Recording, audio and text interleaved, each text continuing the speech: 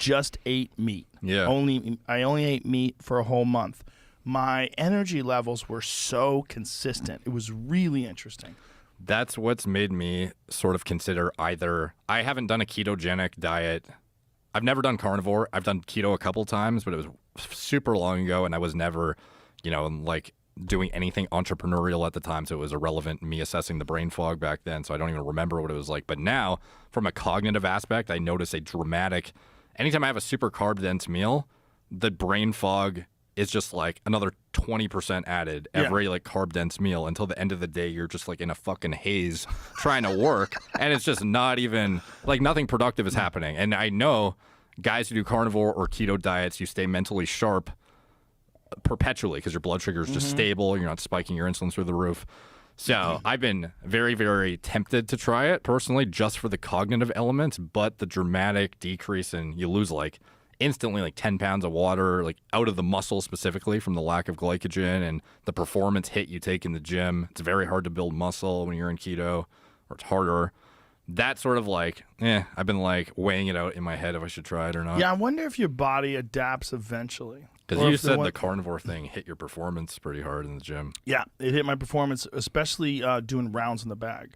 Like I would be okay for the first like 30 seconds. I feel good and strong, but then there's like this. Oh, Jesus. I wonder if you could do like carnivore as your base diet, and then just around the workout sessions that you're trying to get that acute glycogen saturation, burn it up, and get back into carnivore quick. If you could do something like just like a cyclic dextrin like peri-workout, get like the glycogen you need, burn it, get back into keto immediately after or close to it, so you can retain the mental clarity around the workout perimeter. Right. But then during the workout, you give just the fuel you need carbohydrate-wise.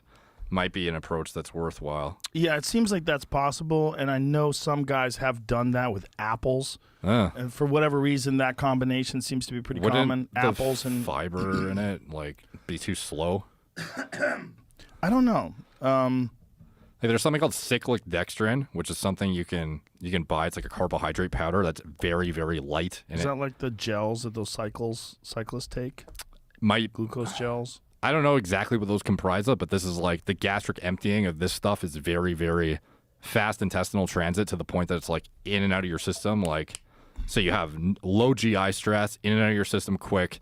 So you could hypothetically like fuel up for the workout, burn it, and then be back into keto relatively quick, ideally, I would think. Might be worthwhile to try. Yeah. Because an apple, I think you're going to spend way more time digesting that than... Because of the fiber and everything? Yeah. What if you had like apples, like say if you have like an apple or two, just like an hour and a half before a hard workout?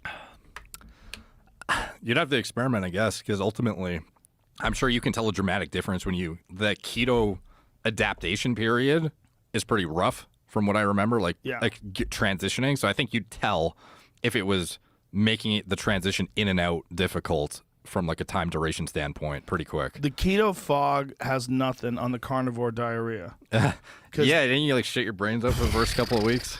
Bro. Yeah. It's wild. Tom Segura tried the diet as well, and he sent me a text that was hilarious. He goes, "This diarrhea is astonishing." So is it like the frequency all day too, or is it just like when you take a shit, it's liquid? It's liquid. But do you like have to go suddenly at random times that are inconvenient? You do not trust farts. You do not trust your butthole, like to keep everything back. Like if you think you have to fart, get to the bathroom. You know, but I didn't shit my pants, I don't think. Might have. I don't remember. Yeah. I've shit my pants many times, but I don't think I did it during that month. But one thing that I did notice is there were certain times that I went to the bathroom like, what is happening? It was just like black oil was coming out of my asshole. Yeah. I was just like, what? This is so much liquid. It's so crazy. Yeah. And it would just be like, get on the ball, like,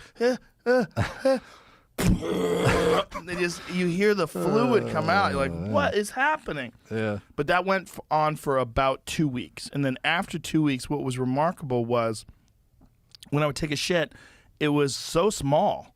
And it was like easy. It was like dry shits. Like they would just come out nice and clean.